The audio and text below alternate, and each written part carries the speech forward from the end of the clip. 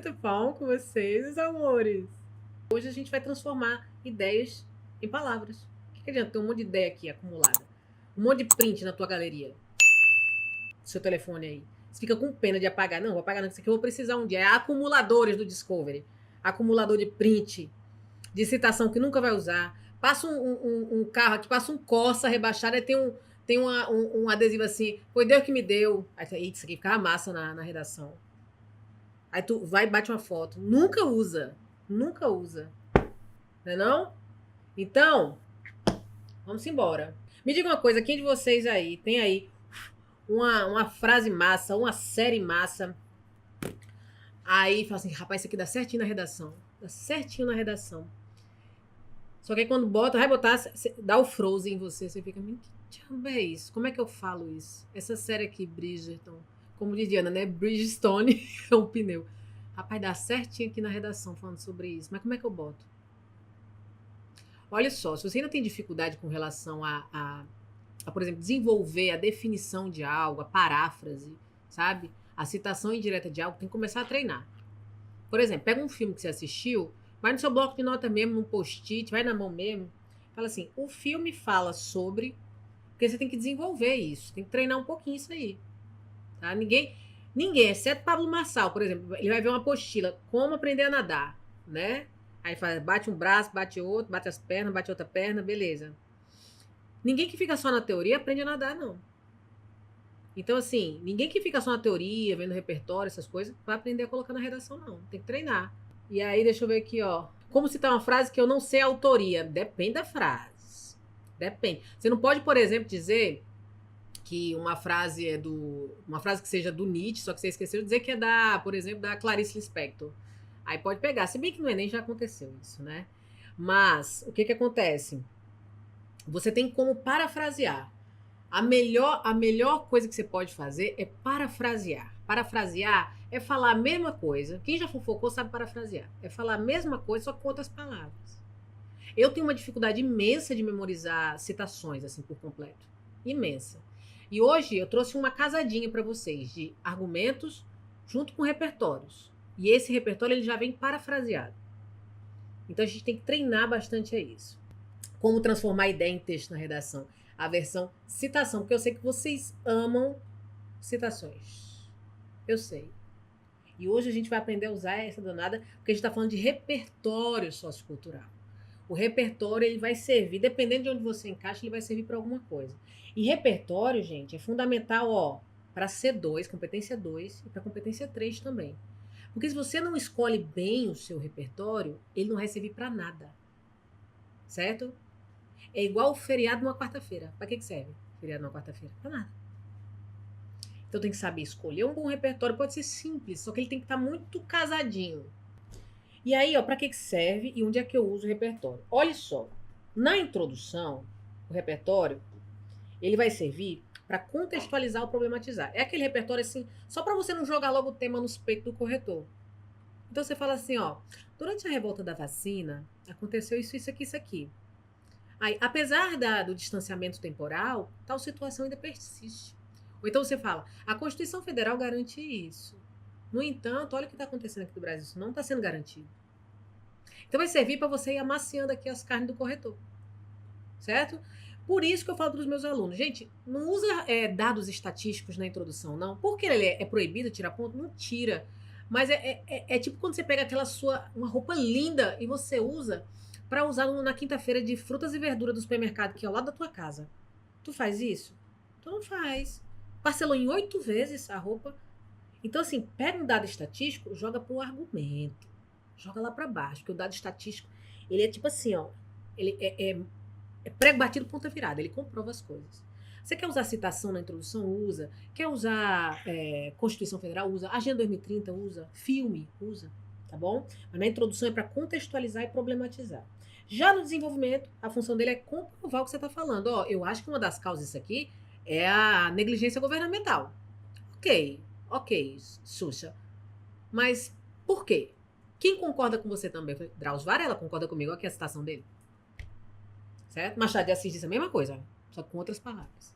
Então ele vai comprovar ou fundamentar os seus argumentos.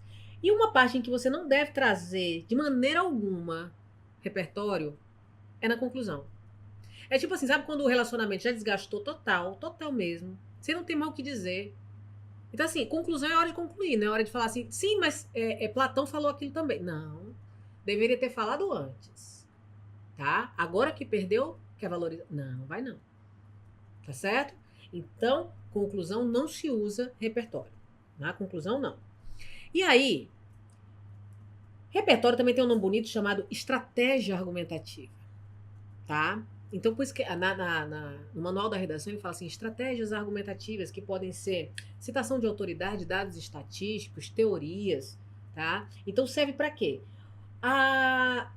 As estratégias argumentativas ou os repertórios, eles são utilizados para desenvolver os argumentos com o objetivo de defender a tese exposta na introdução e convencer o leitor, ou seja, o corretor, do seu ponto de vista. Então, uma estratégia argumentativa também é chamada de repertório. Repertório também é chamado de estratégia argumentativa. E é na escolha dessas estratégias argumentativas que o corretor fala: caraca, tem razão. Boa. Então, essas estratégias argumentativas que você vai usar no D1 e no D2 são citações, dados estatísticos ou pesquisas, exemplos, alusões históricas, comparações, referências e até o senso comum. Quando você fala assim, todos os brasileiros ou o povo brasileiro acredita nisso, isso também é um repertório, tá? Só que pelo menos um repertório da sua redação você pode trazer. Em média, a galera traz 3. Na verdade, introdução, desenvolvimento, conclusão. Ou introdução, desenvolvimento 1, desenvolvimento 2. Ok. Posso trazer só 2? Pode. Posso trazer mais de 3? Pode. Mas assim, o ideal é você trazer os 3 e pelo menos um desses 3 aí deve ser legitimado, tem que ter uma fonte, tem que ser pertinente ao tema, ou seja, tem que ter uma ligação clara com o tema da redação, tem que ter um uso produtivo. Ou seja, você tem que conectar esse repertório com o problema que está presente na redação. Ok? Então, quando você fala assim, a Constituição garante isso, aí você fala assim, ó, no entanto, isso não é respeitado. Tá havendo aí um flagrante desrespeito à Constituição Federal, porque tal problema está acontecendo. Opa, uso produtivo do repertório. Certo? Então, basicamente, é isto. Aí, olha só. Tu não vai só pegar uma citação e jogar que nessa criatura fez aqui, ó. 29ª linha. Não, 28ª linha. O que ela fez aqui, ó? Primeiro ela faz aqui, ó. Não sei o que é perigo de se usar. Vale, Jesus. Promover campanhas que alertem sobre a manipulação do usuário ao acessar essas páginas. Beleza. Segundo Platão, o importante não é apenas viver, mas viver bem. Tchau. Com essa eu encerro. Fim por fim, feito por mim. Meteu ali uma citação no final. Na 29ª linha, ela encerra com isso, joga o microfone e pronto. E o corretor só uma piada, né, pra você, querido? Vale R$3 essa correção aqui. R$3. Então, assim, não é só jogar. Tem que colocar, inserir ali a citação e fazer o melhor que você pode, tá bom? Vamos então para frente. E é como sempre digo aqui para vocês, tá? Nas minhas pregações. Não existe citação mais valiosa que outra. Ah, mas meu professor, o professor tá errado. Ele tá certo. Errado tá o psiquiatra dele que deu alta para ele. Errado tá o MEC que deu o diploma dele para ficar falando besteira, dizendo que, ai não, essa citação aqui é melhor, porque da Grécia, o corretor gosta mais da Grécia do que do Brasil. E aí, qual é o problema? Tá? Então não importa se sua citação é Simone de Simara ou se é Simone de Beauvoir. Se tiver a ver com o tema, se você fizer um bom encaixe ali dela, se ela casar com um argumento, casar com o tema, meu amor, aí já deu certo. Já deu certo. E aí assim, mas você fica falando você fica falando que pode ser Simone de Simara e Simone de Beauvoir? Pode sim. Aqui. Irmão, aqui a gente mata a cobra, mostra a cobra morta. Trouxe aqui uma citação. A gente não entrou ainda, viu? Tô só nas preliminares. Olha aqui, Simone de Beauvoir fala. O machismo faz com que o mais medíocre dos homens se sintam semideus diante de uma mulher. Eita! Tem macho que se acha o cabelo do sovaco da chitara, né? A Simone de Beauvoir fala, o machismo faz com que o mais medíocre dos homens se sinta um semideus diante de uma mulher. Aí chega no dia do Enem, eu falo assim, como é que ela falou mesmo, meu Deus, isso aqui o homem, ele se sente, o homem se acha, né? O homem que não é nada se acha perto da mulher. Eu não lembro. Eu sei que é da Simone de Beauvoir. Então, o que a gente faz? A gente pega o pensamento dela, olha aqui. Conforme aponta a filósofa Simone de Beauvoir, o machismo transforma um homem medíocre em alguém que se sente superior a qualquer mulher, justificando, por meio dessa lógica de poder, atos de violência e abuso. Então ela aponta que o machismo, ele empodera os homens numa lógica de poder que inferioriza mulheres, que superioriza homens. E aí, esse legado cultural de superioridade masculina é um dos fatores que perpetua a naturalização da violência contra a figura feminina na sociedade. Então entendi. Então esse legado machista, essa cultura machista faz com que o mais medíocre dos homens se sinta superior diante da mulher mais foda do Brasil, certo? E a sustentação dessa lógica de poder faz com que a violência contra a mulher seja naturalizada. Porque a mulher não percebe que está num relacionamento assim, tal. Então, você não precisa decorar a citação. Você precisa entender basicamente a ideia. Você às vezes nem precisa entender basicamente a ideia da citação, mas você pode entender a ideia geral que o autor tem dos fatos, dos problemas sociais. Se a gente pega, por exemplo, Machado de Assis, a gente sabe que ele tem uma visão irônica, crítica, sobretudo com relação à sociedade. Então eu sei que ele critica, eu sei que ele é irônico, eu sei que ele revela, ele descortina, por exemplo, hipocrisias da sociedade. Mas era da sociedade do século XIX, carioca e tal. Não, mas isso se perpetua até hoje. Não é verdade? Eu sei qual o posicionamento, por exemplo, de Leandro Carnal, de Mário Sérgio Cortella, de Paulo Freire em relação à educação. Eu não preciso memorizar a citação. Eu posso pegar a ideia central. Né? E aí, aqui a gente tem Simone. Eu trouxe Simone de Simaria. Lembra de São amores, ei, amores que matam, amores que... Não é da Pablo, é de Simone de Simaria. Olha só retomando aqui. A gente tem uma amiga, te pergunto como tem passado. É que me falaram que estava sofrendo, chorando pelos cantos, escondendo o rosto. Comentam que você não dorme mais direito, que tudo é por causa daquele sujeito. Não chore mais, amiga, tu é linda. São amores, amores que matam, amores que ferem, amores que doem, amores que amargam. Né? Aí vamos transformar isso aqui. A música São Amores, interpretada pela dupla Simone e Simaria, Rest in Peace, reflete como o machismo estrutural contribui para a romantização de relacionamentos abusivos.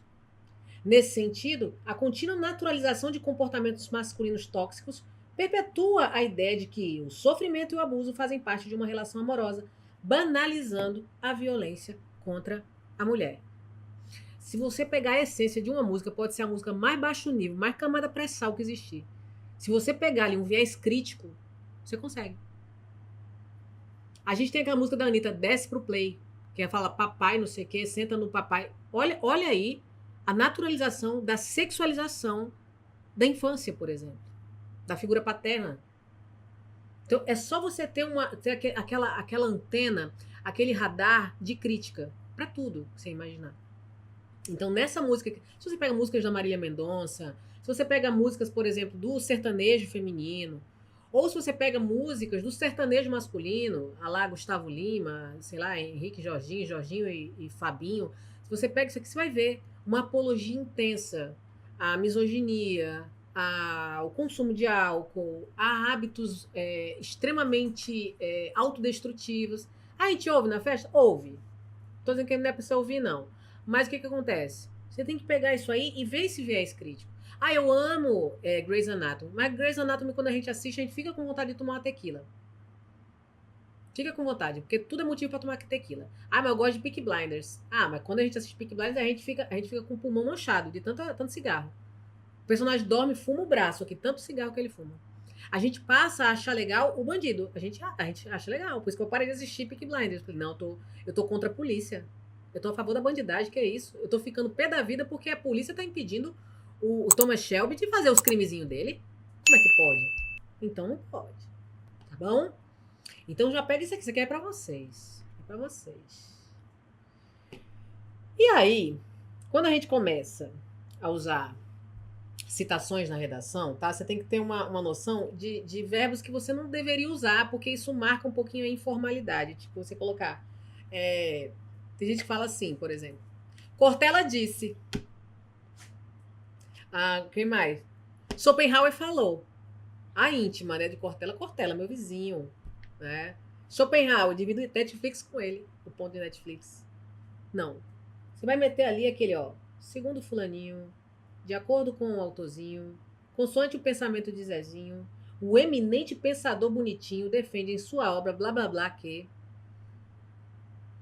em conformidade com o que tutela cremosinho. Então você dá aquela enfeitada. Eu gosto muito de colocar o eminente que é a pessoa. Dá pra colocar iminente, mas um eminente pensador europeu, certo? Ah, esqueceu, por exemplo, a citação. Você não sabe, é de Schopenhauer. Schopenhauer tem maior vibe de alemão, né? Nietzsche era alemão, né? Aí eu esqueci que era Nietzsche. Você pode falar que é filosofia alemã. Só que você tem que meter uma filosofia com F maiúsculo, tá bom? Para legitimar o seu repertório. Tá certo? Ai, Thomas Shelby é tudo, né, gente? Só pede pra Wagner Moura. Você não pode falar, ó, o autor diz, o autor fala. O autor, ó, como é legal. O autor afirma, defende, tutela, argumenta, infere. Eu acho mais o tutela. Eu lembro de tutano. Né? Então você não vai botar esse negócio. Fulano disse. Ele não é teus parceiros. Ele não é tuas amiguinhas pra ficar falando fulano disse, falou. Não, ele afirma. Ele defende. Ele tutela. Ok? Beleza? Ele argumenta. É que nem a série, por exemplo. A série tal fala isso. Não coloca assim, ó. A série tal roteiriza a realidade. Porque o que é roteirizar? É transformar num roteiro algo que está na realidade. Então ela roteiriza.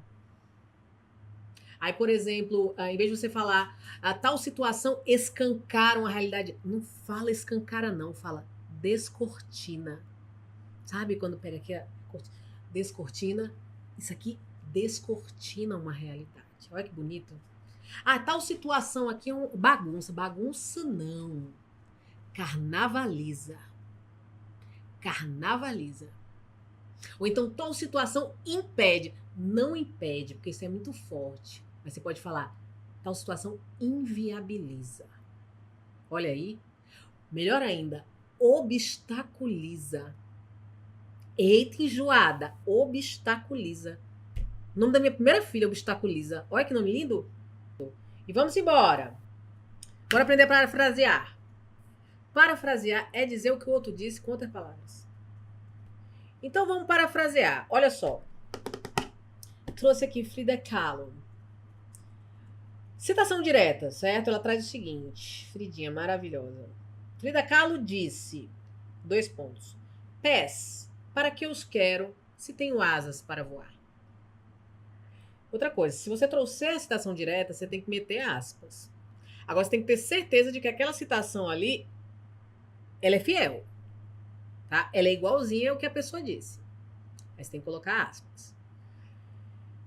Mas olha como ela ficaria de forma indireta, ou seja, parafraseada. A gente tem que pensar, ó, para que eu quero pés se eu tenho asas para voar? Será que essas asas estão dizendo respeito à criatividade dela, à liberdade de pensamento? Tem que começar a pensar assim, que se você entende o que a frase quer dizer, meu amor, você consegue parafrasear. Olha só como a gente pode colocar. Segundo Frida Kahlo, a criatividade e a liberdade são mais importantes do que as limitações físicas. Então, pés, para que te quer, para que eu os quero se eu tenho asas para voar? Então, para Frida Kahlo, você ter criatividade, você ter liberdade de pensamento, isso transcende e muito qualquer limitação física. Faz sentido para vocês? Se a gente pegar, porque você pode pegar a frase assim, ipsis literis, do mesmo jeitinho, colocar aspinhas. Mas se você desconstrói, certo? Pega outras palavras, escolhe alguns sinônimozinhos ali e traz, perfeito. Inclusão de pessoas, exatamente. Então, as limitações físicas são meras limitações, mas quando você tem a mente liberta, uma educação que te libertou, criatividade, aí. E olha quem é Frida Kahlo. Ela tinha as limitações físicas dela. Ela tinha dores insuportáveis em toda a sua estrutura óssea. Mas ela casou com um boy lixo, tóxico. E mesmo assim foi Frida Kahlo. Então, o primeiro passo para a gente começar a parafrasear, a gente vai transformar tudo agora em texto. Qualquer pensamento que a gente tiver, a gente vai transformar em texto. Primeiro passo é entender, meu amor, o que o autor está dizendo. Porque às vezes a gente pega assim, uma citação do nada, o homem é aquilo que a educação faz dele. O Kant falou, certo? Então, o homem é aquilo, então depende, o homem ele vai se transformar em algo, e esse algo ele está muito conectado à educação que ele recebe, à educação que é transmitida a ele. Então, antes de sair transformando a frase, você precisa entender o que o autor quis dizer. Isso é super importante, porque se você não entender, meu amor, vai ser difícil reescrever. Como é que você vai reescrever algo que você não entendeu? Aí vira o quê? Telefone sem fio, fofoca. Certo? O que a gente vai fazer é parafrasear. Primeiro passinho. Certo? Ainda. Olha só, Paulo Freire, maravilhoso, trouxe o seguinte. A citação direta é assim: se a educação sozinha não transforma a sociedade, sem ela, tampouco, a sociedade muda. Então, eu vou voltar aqui até para vocês não ficarem olhando. Então, se a educação ela não consegue transformar a sociedade sozinha, imagina sem a educação. Certo? E aí, o que ele quis dizer com isso? Paulinho está falando que mesmo que a educação não seja o único caminho para mudar a sociedade, ela é essencial para que qualquer mudança aconteça. Isso aqui ainda não é a citação indireta. Mas a gente precisa entender que sozinha ela não transforma a sociedade. Pode ser ruim com ela hoje, a qualidade da educação que a gente tem, só que sem ela é pior ainda. Ok? Vamos pegando. E Paulo Freire, gente, basicamente as citações dele são muito semelhantes. Isa trouxe uma aí. Para colher os frutos da cidadania, é preciso plantar a semente da educação. Se a educação sozinha não transforma a sociedade, tampouco sem ela a sociedade muda. Que mais? Quando a educação não é libertadora, o indivíduo, o oprimido, deseja ser o opressor. Então, ele é um defensor de uma educação que liberta, tá? Uma educação que liberta. Então, ele está falando justamente isso. E olha só, na citação indireta, o que acontece? A gente vai escolher as palavras mais simples. A ideia é não repetir as palavras exatas do autor. Então, você vai reescrever usando sinônimos. Por exemplo, verbos, atesta, afirma. E conjunções conformativas. O que são conjunções conformativas? É quando você coloca conforme fulano, consoante fulano, segundo fulano. Tá bom? Ó, segundo Paulo Freire, de acordo com Paulo Freire, para Paulo Freire. E olha só, gente, aqui, na citação direta de Paulo Freire, ele usa transforma e muda, certo? Se a educação sozinha não transforma a sociedade, tampouco sem ela a sociedade muda. Então, transforma e muda. Aí a gente pode trocar esses verbos por algo parecido com melhorar, alterar. Ele falou transformar e mudar. Melhorar, avançar, certo? Avançar, evoluir. Então, você tem que buscar esses verbos semelhantes, essas expressões mais semelhantes. Às vezes a gente decora a citação pronta, mas o que o autor quis dizer não cabe no tema escolhido. Exatamente. Mas se você entende uma visão geral do que ele tem em relação a esse assunto, você consegue meter ele ali no meio. Consegue. Vocês vão ver hoje. Parece que o corretor está entendendo o quê? Caramba, selecionou bem o repertório, está relacionando bem, está interpretando bem. Aí tua C3, ó, tá ficando grandona. Tua competência 3, tua argumentação. É isso que ele entende. Quando a gente joga citação direta, isso não é ruim. Mas a gente vai ter um trabalho depois para linkar essa citação com o problema em questão. E olha como é que ficaria isso aqui, ó. Colocar as ideias do autor, só que com o seu molho, com as suas palavras. Trouxe duas possibilidades. A gente tem aqui a direta. Se a educação sozinha não transforma a sociedade, sem ela tampouco a sociedade muda. Olha só. De acordo com Paulo Freire, a educação pode não ser o único fator de mudança social, mas ela é essencial para que qualquer progresso aconteça. Então, de acordo com Paulo Freire, pode não ser exclusivamente a educação um fator primordial determinante para a mudança social. Porém, sem investimentos massivos na educação, nada acontecerá. Não haverá evolução. Ó a segunda. Segundo Paulo Freire, a deficiência educacional impede qualquer transformação efetiva na sociedade. Então, ó, a deficiência educacional, a falta de investimento, a falta de valorização, impede qualquer transformação efetiva na sociedade. Por quê? Porque sem educação a sociedade não muda. Perpetuando problemas estruturais, tais como... Aí você pode falar desigualdade social, desigualdade. O que mais?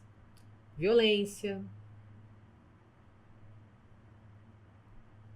Desemprego. Isso aqui é um S, né? Ok? Então, essa segunda aqui, eu achei ela ainda mais interessante porque ela traz um detalhamento maior. E quanto mais detalhamento você traz, melhor. Vocês vão ver, vocês vão lembrar de tudo. Você não precisa lembrar exatamente. Gente, na hora também me dá uns brancos, assim. O que esse homem falou mesmo, gente? É para plantar a semente da educação. Não, para colher o fruto da. É para colher o fruto da educação, plantar eu fico assim, certo? Mas, ó, de acordo com Paulo Freire, sem investimento em educação, é impossível haver desenvolvimento da cidadania. Pronto. Pronto. Citação indireta. Bora lá. Falar de Sócrates. Acaba aqui. Presença. Ele diz o seguinte. Olha só, que citação interessante. Aí você fica, como é que bexiga tá a boca que eu vou usar um negócio desse na redação? Ele fala, a vida deve ser examinada. E uma vida não examinada não merece ser vivida. O que vocês entendem por isso aqui? A vida deve ser examinada.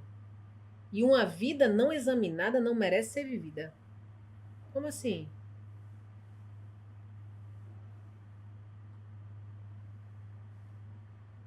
Ele está dizendo que a nossa vida tem que ser examinada. O que é examinada?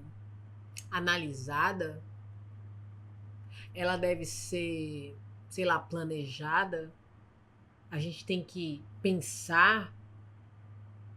Ela tem que ser pensada? Refletida? O que seria uma vida examinada? Estão respondendo aí. Olha só como a gente pode desenvolver, a partir do momento que a gente entende. Porque ele fala que a vida tem que ser examinada. Porque uma vida examinada não merece nem ser vivida. Então, se você está aqui à toa, passeio, não vale a pena. Você tem que fazer diferença nesse mundo. Você tem que se conhecer. E a partir disso, evoluir. Ser cuidada também, olha. Olha aqui. Segundo Sócrates, é essencial refletir sobre a própria vida, pois uma existência sem reflexão não tem valor. Então, examinar, refletir, pensar, cuidar. Outra, Sócrates sugere, aí a gente poderia usar, ó, nesse argumento aqui, ó. Sócrates sugere que a inércia social ocorre quando as pessoas não questionam suas próprias vidas e aceitam passivamente as condições impostas. Ele falou isso aqui? A vida tem que ser examinada porque uma vida que não é examinada não merece ser vivida? Não. Mas se você não examina a sua vida, se você não reflete acerca da sua vida, se você não desenvolve o autoconhecimento, o que você vai fazer na sociedade? Uma pessoa que não pensa, que não lê, que não absorve conhecimento, ela serve para quê? Se a gente não evolui, a gente tá aqui para quê? Na verdade, você já experimentou, por exemplo, discutir, argumentar com uma pessoa que não pensa, que não lê, que não estuda, que tem uma preguiça intelectual absurda? Você vê no olho dela, você sente preguiça de olhar de discutir com uma pessoa assim, né? Então, geralmente, se você já leu, por exemplo, Vidas Secas, você sabe que a fome mata. Se você já leu, por exemplo, Metamorfose de Kafka, você sabe como o ser humano ele é oprimido na sociedade. Então a gente não precisa necessariamente viver as dores dessas personagens para saber que essas dores existem, para ter empatia pelo próximo. Então, se eu não conheço, eu não desenvolvo, eu não me importo. Importar, o que é? Se importar é trazer para dentro. Importar-se com o próximo. Então, ele está falando o seguinte, que essa inércia social é justamente por essa falta de autoquestionamento, de autodesenvolvimento, de instrução para as pessoas, de formação para as pessoas. Vocês estão pegando essa visão? Porque uma sociedade inerte é uma sociedade que não se importa, que não traz o problema do outro para dentro de si. Não tem empatia. Portanto, é inerte. Uma sociedade inerte, por exemplo, politicamente falando, como a do Brasil, ela não se importa com a política, porque ela pensa, não, política, não gosto disso, não se discute, só tem corrupto. Só que o que acontece? Quando a gente não se importa com política, nós temos uma forte tendência a sermos dominados por quem se importa com política. Então nós ficamos inertes, certo? Então, basicamente, é isso que ele quis dizer. Uma vida que não é examinada, a vida deve ser examinada, e uma vida que não é examinada nem merece ser vivida. Então, de acordo com Sócrates, é daí que vem a inércia social. Tá bom? O preconceito, a falta de informação. E aí você pode trazer, esqueci só sobre a cegueira, eu já coloquei no D1. Usa no D2 Sócrates. Fala sobre isso. Certo? Então, é a falta de conhecimento que traz essa apatia social em relação ao problema de outrem, ou seja, dos outros.